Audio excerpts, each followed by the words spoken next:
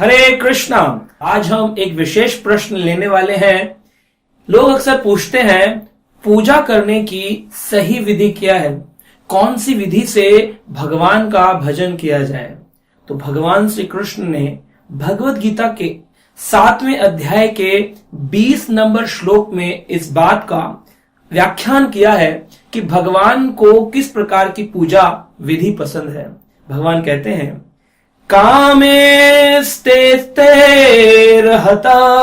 ज्ञाना प्रपद्यन्ते अन्य देवता ताम ताम नियमस्थाय प्रकृत्या नियता स्वया। भगवान कहते हैं कामेस्तेर्हत ज्ञाना, जिन लोगों की बुद्धि इच्छाओं से, कामे मतलब कि इच्छाएं, कई प्रकार की इच्छाएं हमारे मन में होती हैं और उन इच्छाओं की पूर्ति के लिए ही प्रपद्यन्ते अन्य देवताओं की शरण में जाते हैं। इसलिए भगवान कह रहे हैं गीता में, कामस्तेर्हत ज्ञानम, जिनका ज्ञान माया के द्वारा हर लिया गया है, प्रपद्यन्ते अन्य देवता, वो अन्य देवताओं की शरण में जाते हैं। कहीं इच्छा पूरी करनी है, कहीं पर शादी करानी है, कहीं जॉब चाहिए, कहीं प्रमोशन चाहिए, कहीं डर के कारण, कहीं इच्छा के कारण, लेकिन प्रेम कहां है।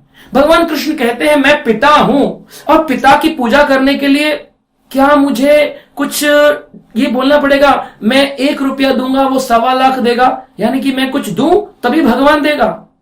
भगवान ऐसा नहीं कह रहे हैं। भगवान कह रहे हैं कि तुम तो मुझे अपना सब कुछ दे दो, क्योंकि तुम मेरे बच्चे हो। एक बेटा अपने पिता को अपना संपूर्ण समर्पण करता है पिता का प्रेम पाने के लिए। तो ये तो प्रेम की बात है, ये तो प्रेम की बात है उद्धव, कहते हैं ना, ऐसा एक भजन आता है, प्रेम की बात है। तो उद्धव जी को भगवान कृष्ण कहते हैं तुम नहीं समझोगे उद्धव, क्योंकि गोपियां जो हैं वो मुझसे प्रेम करती हैं, विदुर जो है वो मुझे प्रेम करते हैं। मुझे दुर्योधन के 56 भोग नहीं चाहिए, मुझे तो विदुर जी के वो साग, वो केले के छिलके ही अच्छे लगते हैं विदुरानी के। तो यहां प्रेम की बात है। भगवान से प्रेम करने की जो विधि है वो विधि हमारी परंपराओं के द्वारा सिखाई जा रही है, वैष्णव संप्रदायों के द्वारा, इस्कॉन के माध्यम से लोग सीख रहे हैं। और भगवान कहते हैं ताम ताम नियमस्थाया प्रकृते नियता स्वया। और लोग जब नहीं समझते हैं, भगवान कृष्ण ने ये बात 5000 साल पहले अर्जुन को कही थी कि वो अन्य देवताओं के शरण में जाते हैं और उसके बाद अपने अपने नियम बना लेते हैं, अपने अपने प्राकृत नियम बनाते हैं, अपने अपने स्वभाव के अनुसार। किसी का स्वभाव है कि वो 11 बजे सो करके उठता है, तो उसको कोई ऐसा देवता चाहिए जो 11 बजे पूजा स्वीकार कर ले। कोई रात को जगता है तो कहता है नहीं हम तो जी शमशान की पूजा करेंगे।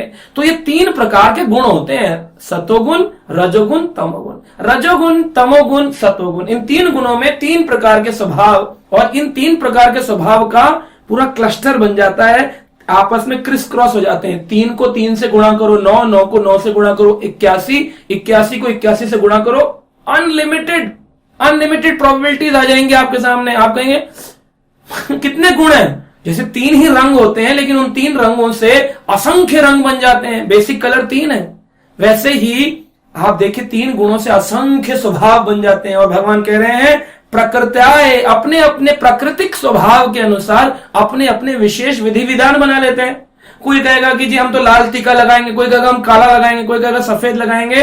लेकिन कृष्ण कह रहे हैं अगर कोई मेरी गीता के अनुसार जीवन जीने लग जाए 33 करोड़ देवता प्रसन्न हो जाएंगे। उस व्यक्ति को और कुछ इच्छा मांगने की जरूरत नहीं है, क्योंकि मैं संपूर्ण इच्छाओं को पूरा करने वाला परमेश्वर हूं। भगवान ने यही चीज विराट रूप में अपने अर्जुन को दिखाई, पूरे शरीर में अनेक अनेक देवताओं को दर्शन कराया।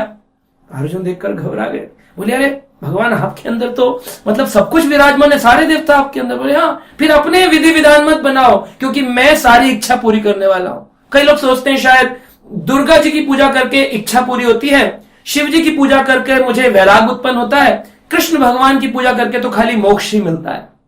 तो ये गलत बात है। श्रीमद् भागवत के अंदर आया है अकामा व सर्व कामा वो मोक्ष कामा उदारधी तीव्रेण भक्ति योगेन यजेता पुरुषम परम। अगर कोई व्यक्ति अकामा हो, यानी कि कोई कामना ना हो, अकामा सर्व कामा, सारी की सारी कामनाएं ही क्यों ना हो, या फिर मोक्ष कामा, चाहे मोक्ष की कामना ही क्यों ना हो, अकामा सर्व कामा मोक्ष कामा उधार दी तीव्रेण भक्ति योगेना, उसको तीव्रता से हरि नाम का जाप करना चाहिए, गीता का पाठ करना चाहिए। तीव्रेण भक्ति योगेना यजेत पुरुषम परम, उस परम पुरुष कृष्ण का भजन करना चाहिए। ये मार्ग भगवान कृष्ण ने अर्जुन को सिखाया।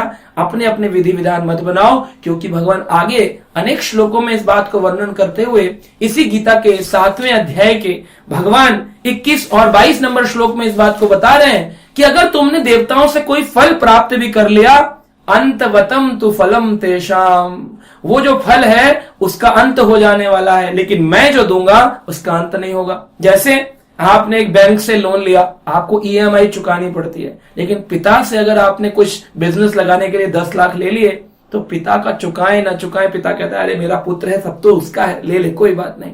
ऐसे कृष्ण देते हैं तो कोई इसकी व्यक्ति के ऊपर ये नहीं कहते अरे मैंने तुझे दिया, अब इसका मेरे लिए ईएमआई पे करे। ऐसे ही गोवर्धन पूजा के अंदर आप देख सकते हैं, लीला में लोग इंद्र की पूजा करते थे, वो देवता था, लेकिन एक बार पूजा नहीं करी, एक बार ईएमआई पे नहीं करी, बारिश कर दी, पूरा वृंदावन पानी पानी जलमग्न।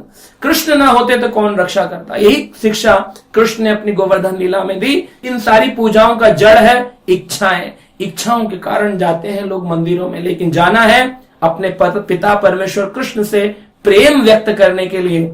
हरे कृष्ण महामंत्र का जप करिए, गीता पढ़िए, यही प्रेम की अभिव्यक्ति है। पिता को इसी जीवन में पा जाइए, अपनी इच्छाओं को दूर हटाइए। हरे कृष्णा।